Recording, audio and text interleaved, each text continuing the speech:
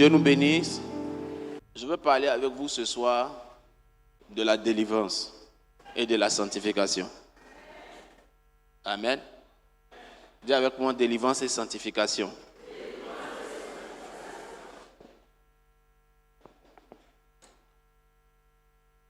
Si vous vous rappelez de mon texte d'hier, vous comprendrez que mon texte d'hier est encore d'actualité.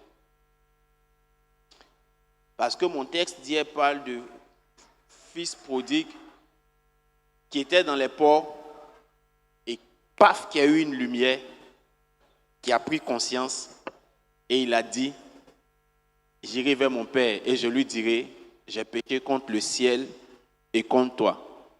Amen. Sorti des ports, prendre conscience était pour lui le premier mécanisme de sa délivrance. Si vous vous rappelez de la prophétie que je donnais tout à l'heure, où j'ai dit que Dieu brisera le joug de la pauvreté et de l'endettement, vous comprendrez que c'est aussi dans le texte que j'ai utilisé hier. Car il est parti avec des ressources, mais il s'est retrouvé plus pauvre que lorsqu'il partait. Mais quand il est revenu à Dieu, la rencontre qu'il a faite avec son Père a bouleversé le cours de sa vie. Ce matin, je dois vous parler de la contribution de la délivrance pour une bonne vie de sanctification. Amen. Ça peut aller? La véritable question, c'est pourquoi peut-on croire que la délivrance peut aider dans la sanctification? Pourquoi on peut croire que la délivrance peut aider à la sanctification? Parce que bien souvent, quand on parle de délivrance, on parle immédiatement de possession démoniaque ou d'influence démoniaque. Et quand on parle de sanctification, on parle de la manifestation d'un certain péché. C'est ça, c'est juste? Donc, si on dit que la délivrance peut être utile pour la sanctification, on est en train de dire que derrière certains péchés, il y a des esprits. Ou derrière certains péchés, il y a des liens. Amen. Mon rôle sera de vous présenter bibliquement que ça, c'est vrai.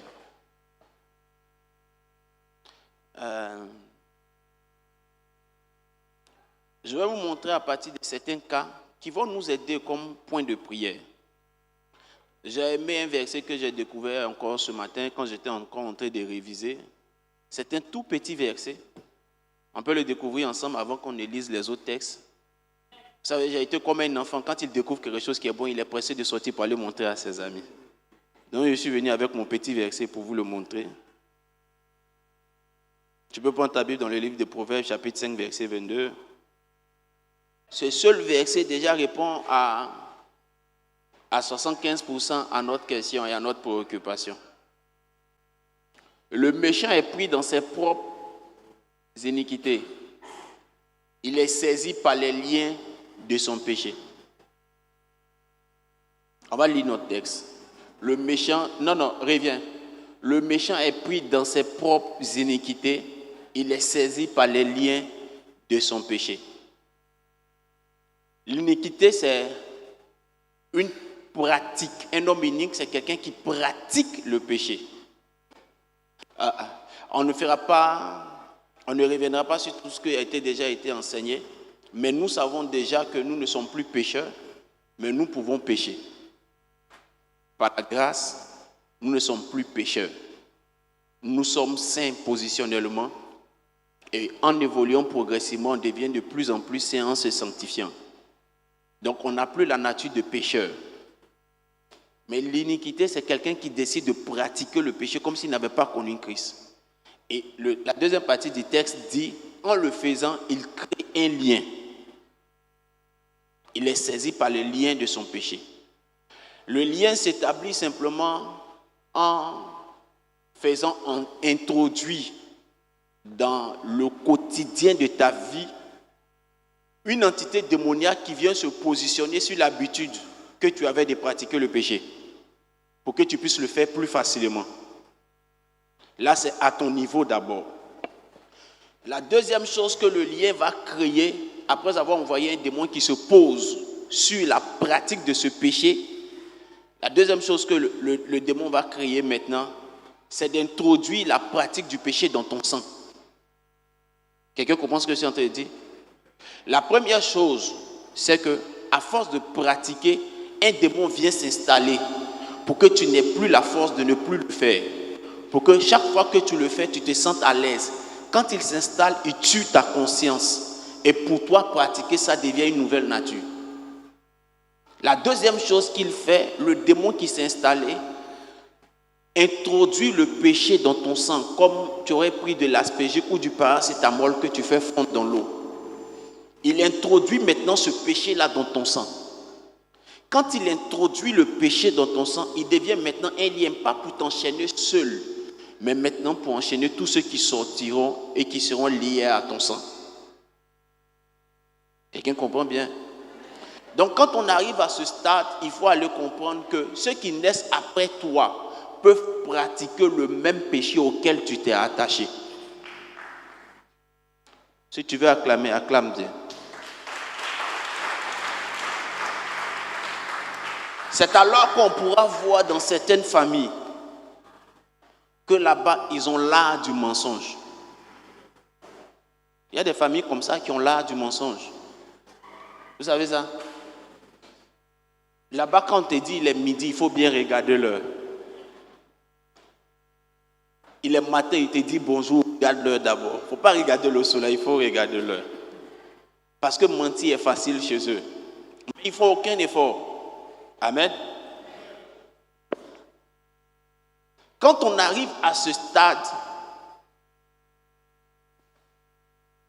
on vient confirmer ce que le verset dit, ce que notre thème dit.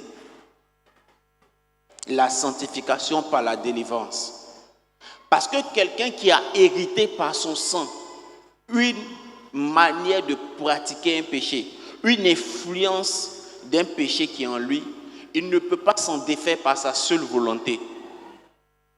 Je répète, quelqu'un qui a hérité dans son sang une manière de pratiquer un péché qui domine sur la famille, parce que étant entré avant lui, il ne peut pas s'en défaire simplement par sa seule volonté. C'est pourquoi vous pouvez voir certaines personnes qui ont manifesté un grand désir et une très grande volonté de sortir de certaines choses, mais qui chaque fois revenaient.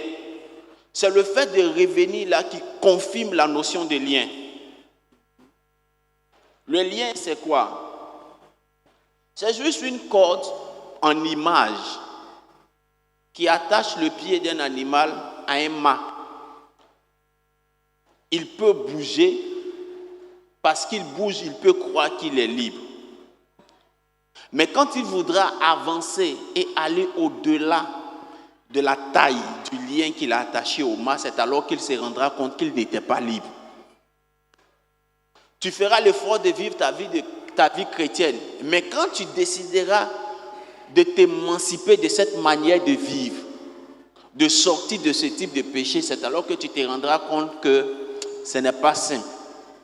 Paul pose la question qui est très profonde. Je ne fais pas le bien que je veux faire. Et il m'arrive régulièrement de faire le mal que je ne veux pas faire. Qui me délivrera? La question de Paul nous amène donc à comprendre que pour une certaine attitude face à un certain mal, on a besoin de délivrance. Quelqu'un me comprend bien? Dis à ton voisin, aujourd'hui je ne connais pas pour toi. Je connais pour moi. Aujourd'hui je ne suis pas venu par rapport à toi. Je suis venu par rapport à moi. Donc si je dis amen fort, ne te plains pas si j'écris. Laisse-moi, je suis fatigué de ma situation. Ah, j'ai aimé ta manière de parler la dernière fois. Dis-lui encore, laisse-moi, je suis fatigué de ma situation. Oh, y a-t-il quelqu'un qui est fatigué? Attends, bon, vous me plaisez déjà. Je vais voir ceux d'ici s'ils vont me plaire. Y a-t-il quelqu'un qui est fatigué? Bon, on n'est pas là pour faire une comparaison, mais ils me plaisent aussi autant que vous. Vous tous, vous me plaisez. Y a-t-il quelqu'un qui est fatigué? Il y a, comme je l'ai dit, les liens qui naissent par la pratique de certains péchés. Ça peut ne pas avoir existé dans ta vie antérieurement, mais tu peux être en train de le créer par toi, ta manière de vivre. Et tu vas le donner à tes enfants demain. Mais il y a aussi des liens qui naissent à partir des décisions qu'on prend. Je peux aller en profondeur? Je peux pousser? Ézéchiel chapitre 16 va nous dire quelque chose de très important. Et c'est là que je voudrais qu'on se tienne debout pour la lecture. Ézéchiel chapitre 16, nous lirons du verset 1 au verset 4 et nous lirons le verset 44 et verset 45. Je sens quelque chose qui vient d'arriver sur moi. Je sens que Dieu va nous faire du bien. Est-ce que quelqu'un le sent comme moi? Je vais te donner un secret. Cette onction qui est parmi nous ce soir est une onction corporative aussi. C'est une onction de puissance et c'est une onction corporative. C'est-à-dire qu'elle est relâchée pour tout le monde. C'est ta manière de prier qui déterminera son efficacité sur toi. Tout à l'heure, c'est ta manière de prier qui déterminera son efficience sur toi. Le prophète viendra prier pour la majeure partie d'entre vous encore à corps. Ne vous inquiétez pas, je suis préparé pour ça. Mais il faut que tu pries sérieusement quand on va prier. Regardez ce que Ézéchiel 16, à partir du verset 1er jusqu'au verset 4, dit. La parole de l'Éternel me fut adressée en ces mots. Fils de l'homme, fais connaître à Jérusalem ses abominations. Tu diras ainsi par le Seigneur l'Éternel à Jérusalem. Par ton origine et ta naissance, tu es du pays de Canaan. Ton père était un Amorien et ta mère une Étienne. À ta naissance, au jour où tu naquis, ton nombril n'a pas été coupé, tu n'as pas été lavé dans de l'eau pour être purifié, tu n'as pas été frotté avec du sel, tu n'as pas été enveloppé dans des langes. Allons au verset 44. Déjà à ce verset, il nous donne les origines de Jérusalem. Il nous donne les origines d'un côté de son père et d'un côté de sa mère. Regardez ce qu'il dit à partir du verset 44. Voici, tous ceux qui disent des proverbes t'appliqueront ce proverbe. Telle mère, telle fille. Écoutez-moi, on vient à peine de nous dire d'où vient sa mère et d'où vient son père. Mais au verset 44 du même chapitre, le prophète dit, quand on va regarder ta manière de vivre, on te dira tu es comme ta mère. Il y a des liens qui nous poussent à prendre des décisions comme les auraient fait nos parents avant nous. Il y a des liens qui nous poussent à avoir un type de caractère comme les auraient fait nos parents avant nous. Ça peut ne pas être un péché, mais ça peut être une manière d'analyser, une manière de vivre quelque chose qui te conduira plus tard à un péché. Regardez le verset 45. Il dit, voici tous ceux qui disent, te diront ce proverbe. Il dit, tu es la fille de ta mère qui a repoussé son mari et ses enfants. Tu es la sœur de tes sœurs qui ont repoussé leur mari et leurs enfants. Votre mère était une Étienne et votre père un Amoréen. Qu'est-ce qu'il est en train de dire? Il est en train de dire, le prophète, par ce passage, que à cause de tes origines du côté de ta mère, qui, dans sa manière de vivre, s'est détachée de son mari, tes sœurs aussi ont hérité de ça. Elles aussi, elles ont décidé de se détacher de leur mari. Et toi aussi, tu as hérité de ça. Toi aussi, tu te détacheras de ton mari. Quelqu'un comprend ce que je suis en train de dire? Est-ce que vous voyez la profondeur de ce passage? On peut s'asseoir, s'il vous plaît. Ézéchiel est l'un des prophètes qui, par cette vision, nous a parlé des liens.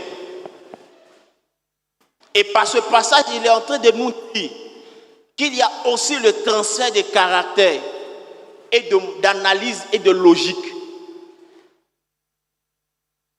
Quand on devait prier hier contre le péché de la langue et le péché de la colère, j'ai dit prions pour être animés de bonnes pensées. Mais ici, comment se fait-il que plusieurs décennies avant, leur maman s'est détachée de leur père et après, elle et ses sœurs se détachent aussi de leur mari? C'est que quelle que soit la période et la saison, elles analysent de la même manière avec une poussée en arrière-plan qui les amène à réfléchir comme ça et à croire qu'il faut qu'elles se séparent. Nous allons prier intensément ce soir avec cette onction de puissance qui est parmi nous. Parce qu'il y a un type de joug et de lien. S'il n'est pas brisé, tu penseras que la décision que tu es en train de prendre, le choix que tu es en train de faire est le bon et est le meilleur. Alors qu'à la vérité, tu n'es qu'en train de répliquer ce que quelqu'un avant toi a déjà fait et tu auras les mêmes résultats, le même retard. Mais je refuse cela sur ta vie. Alors dis à ton voisin, ça ne sera pas mon partage. Heureusement que hier, en parlant sur la vie de certaines personnes, nous a un peu ébauché cela. En prophétisant hier sur la dame et son fils, nous avons pu nous rendre compte qu'à cause d'un hôtel qui n'a pas été respecté avant, dans la famille, les gens ne sont pas reconnaissants. Et demain, si l'enfant n'a pas traité ça, il risque de ne pas être reconnaissant. Mais l'ingratitude est un péché. N'est-ce pas? Donc, si on ne traite pas ça, il va pécher. Donc, il faut une délivrance. Dis à ton frère, aujourd'hui, je serai délivré. Bien souvent, ce genre de liens sont tapis dans notre vie pour nous apporter des types de malédictions. Ce genre de liens, bien souvent, sont dans nos vies pour nous créer un certain retard ou pour nous apporter des types de malédictions. Je vous donne l'exemple de Lévi et Simeon. En Genèse 49, on peut le découvrir. Genèse 49, versets 5 à 7, on se rend compte que Lévi et Simeon ont manifesté de la colère. Qui se rappelle de cette histoire? Leur sœur a été violée, ils se sont énervés, ils ont décidé de tuer.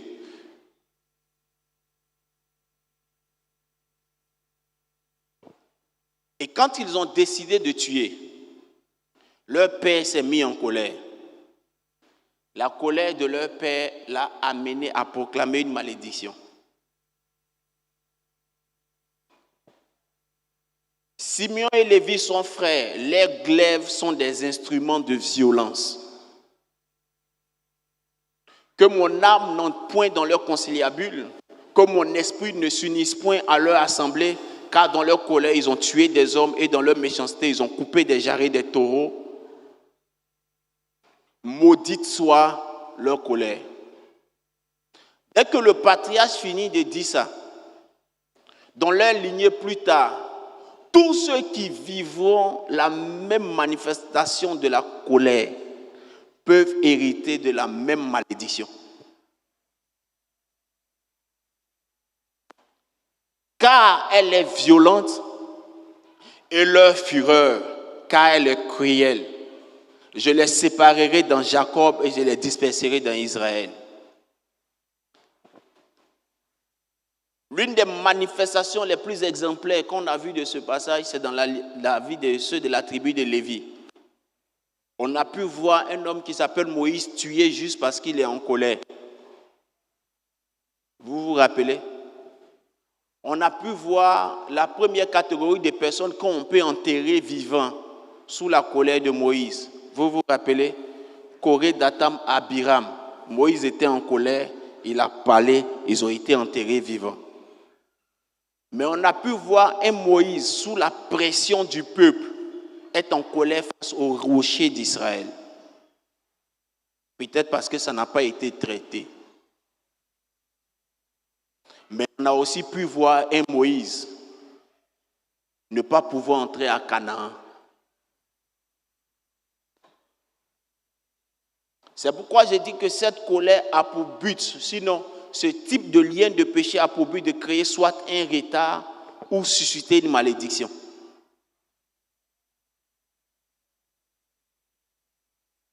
Quelqu'un comprend bien ce que je suis en train de dire? Ce soir, mon intérêt avec vous est de nous amener à prier. Je dis ces choses pour nous ouvrir les yeux et nous amener à prier. Il y a 3 choses que je peux vous donner comme information qui peuvent nous aider à venir à bout de ce genre de lien. Je peux t'aider. Je peux te donner ces informations. Qui connaît l'histoire de Judas qui est sorti avec sa belle-fille Tamar? Vous savez quelle a été la conséquence? C'était quoi la conséquence? La première conséquence, c'est que toute la famille, dans la lignée, le péché de la sexualité s'est accru. Quand le patriarche, lui, a commis le péché de la sexualité dans la lignée, le péché de la sexualité s'est accru. Est-ce que vous vous rappelez de ça? Deuxième conséquence, Nombre 3, 23, est clair et dit, tous ceux qui naissent d'une relation incestueuse ne doivent pas entrer en Israël. Et la royauté en Genèse 49 était prévue pour Juda. Il faut compter à partir de Juda jusqu'à la 10e génération pour que David monte. Donc ce qui était prévu pour eux a été décalé sur une longue période à cause d'un lien de péché qui s'est créé. Je crois que si les liens de péché sont brisés aujourd'hui, là où il y avait le retard, Dieu peut remplacer par une accélération. Tu sais pourquoi je le dis? Parce que quelqu'un a ouvert mes yeux, me posait une question. Il dit Moïse n'est pas entré à Canaan parce qu'on dit que c'est à cause de la colère. J'ai dit oui, certainement.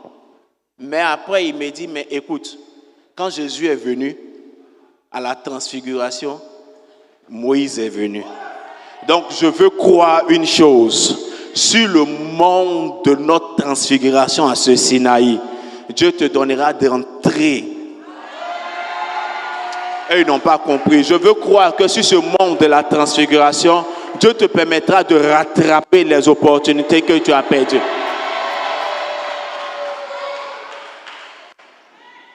Un retard de 10 générations avant d'avoir leur royauté.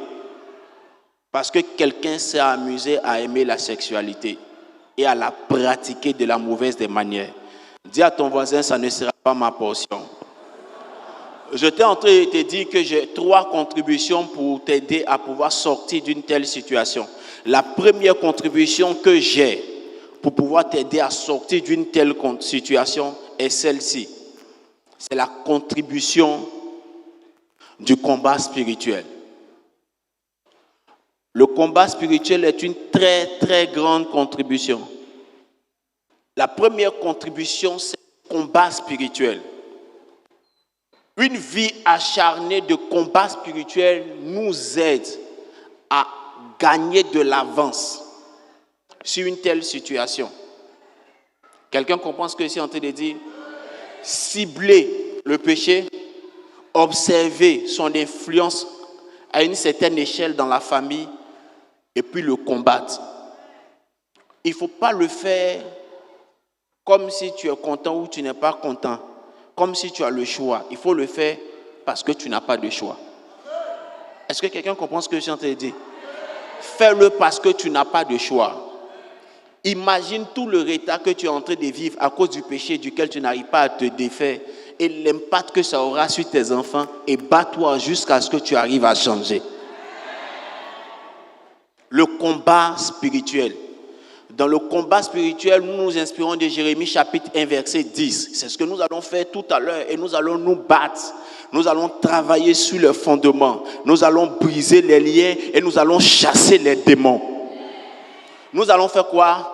Travailler sur le fondement, briser les liens et chasser les démons. Je réponds. Nous allons faire quoi? Travailler sur le fondement, briser les liens et quoi? Chasser les démons. Je réponds, nous allons faire quoi? Travailler sur le fondement, briser les liens et chasser les démons. Écoutez, je vais vous dire une chose, je le dis souvent aux hommes politiques. J'aime analyser la vie de Gédéon. La Bible dit, vous n'avez pas reçu un esprit de timidité. Mais quand on étudie le profil de Gédéon, Gédéon était timide. Mais quand il a renversé l'autel de la maison de son père, l'homme timide est devenu un très grand leader qui a conduit plus de 32 000 personnes et qui est devenu un juge. Je ne sais pas quel est le type d'attitude qui est dans ta vie, mais quand nous allons renverser ce autel aujourd'hui, la puissance du Seigneur va te conduire à une grande libération. Travailler sur les fondements, briser les liens, chasser les démons. Travailler sur les fondements, briser les liens, chasser les démons. Réponds ensemble. Travailler sur les fondements, briser les liens, chasser les démons. La Bible dit, le juge, que peut-il faire si les fondements sont renversés? Si les fondements ont été attribués au péché, qu'est-ce que tu peux faire? Il faut la grâce du Seigneur pour restaurer les fondements. Jérémie 1, verset 10 dit, je t'ai appelé pour faire quoi? Jérémie 1, verset 10. Regarde, C'est à toi que Dieu parle. Dieu ne parle pas à Jérémie. Quand on est dans l'atmosphère prophétique, il faut s'approprier certaines choses. Il dit regarde. Il dit, c'est à qui il parle? Tu penses que c'est à toi? C'est à moi qu'il parle. Il dit prophète Sem Guédé Claver, regarde, je t'établis aujourd'hui sur les nations. Écoutez-moi, nation peut vouloir dire simplement ethnos. Ça veut pouvoir dire aussi simplement peuple, ethnie. Ça peut vouloir aussi dire famille aussi. Simplement, il ne faut pas compliquer les choses. Regarde, je t'établis sur ta famille aujourd'hui. Pour faire quoi? Et sur les royaumes, c'est-à-dire ceux qui ont établi des pouvoirs dans ta famille. Pour faire quoi? Il dit pour que tu arraches ce qu'eux ils ont planté. Tout arbre que mon père n'a pas planté sera déraciné, coupé, jeté dans le feu. Il dit pour que tu abattes. Peu importe la forteresse qu'ils ont élevée, elle sera renversée et abattue. Il dit pour que tu ruines, je vais ruiner cette manière de vivre qui était dans ma famille. Cette vaine manière de vivre sera ruinée. Et il continue pour dire, pour que tu détruises. Tout le système de logique qui accompagne ça sera détruit. Et il finit et ça me plaît. Ce qui me plaît, c'est qu'il dit, pour que tu bâtisses et pour que tu plantes. Après cela, nous allons planter une nouvelle manière de vivre. C'est la manière de vivre de la sainteté. Après cela, nous allons planter une nouvelle manière de vivre. C'est la manière de vivre productive que Dieu aime.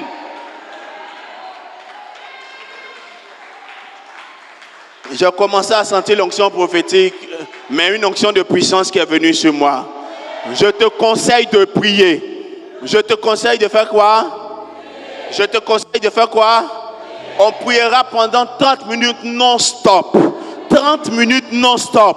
Et à partir de la 30e minute, je commencerai à prier pour tout le monde. Non, vous n'êtes pas suffisamment nombreux pour que je recule.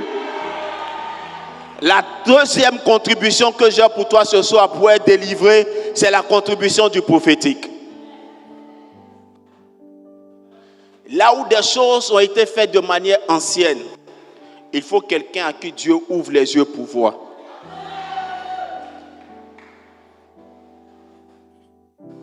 Là où les choses ont été faites de manière ancienne, il faut réanalyser les faits. Je suivais l'intervention du pâtre, je ne sais pas de quel jour, et il a lu un texte, il a dit ça c'est le présent prophétique. Et il a dit il existe aussi le passé prophétique et le futur prophétique. Moi je crois au Dieu de toute éternité. Le Dieu qui dans le présent peut réparer des choses qui ont été dérangées hier. Pour sécuriser ton nouveau futur. La contribution du prophétique est ce qui peut te donner une information précise de ce qu'il y a à faire pour changer le cours des choses. La deuxième chose concernant la contribution du prophétique, après l'orientation, c'est que la contribution du prophétique peut te donner une certaine inspiration pour te dire, face à une telle situation, après le combat spirituel, élève un autel d'alliance. Car quand quelque chose est entré dans une histoire par autel d'alliance, ça peut être aisément combattu plus longtemps dans la même histoire par autel d'alliance. Quelqu'un comprend ce que je suis en train de dire? Donc pendant qu'on est en train de prier, Dieu peut te dire, toi ton cas, pendant ce Sinaï, prépare tel montant comme un autel d'alliance qui te permettra de maintenir ta victoire et ton affranchissement sur cette vaine manière de vivre. Or, je connais des personnes qui ont souffert sous le pouvoir d'un type de péché. Ils ont eu de la bonne volonté, de la bonne décision, mais rien n'a changé jusqu'à ce que Dieu leur fasse grâce. La troisième contribution avec laquelle nous finissons et nous commençons à prier immédiatement, c'est se mettre sous une autorité et se mettre au service. Le meilleur des exemples, c'est l'exemple de la tribu de Lévi. Lorsque la tribu de Lévi a été mise sous la malédiction que nous avons vue tout à l'heure, il a fallu l'intervention de Moïse en tant que prophète. Quoi qu'il soit lui-même de la tribu de Lévi, mais parce que Dieu lui a donné l'autorité paternelle sur le peuple d'Israël, il a proclamé une nouvelle vérité prophétique sur Israël. Précisément sur Lévi. Là où la malédiction a dit je les disperserai en Israël, Il dit, je me saisis de cette dispersion et je proclame que tu l'utiliseras pour servir Dieu. Tu l'utiliseras pour faire lire la loi au peuple de Dieu. Après ce jour, on n'a plus vu un autre Lévite tuer quelqu'un par l'effet de la colère. Donc, être sous l'autorité de quelqu'un qui a l'onction et servir Dieu peut te donner de vivre cette victoire prolongée. Je ne sais pas si on fait ça ici, mais avant on faisait ça. Maranatha.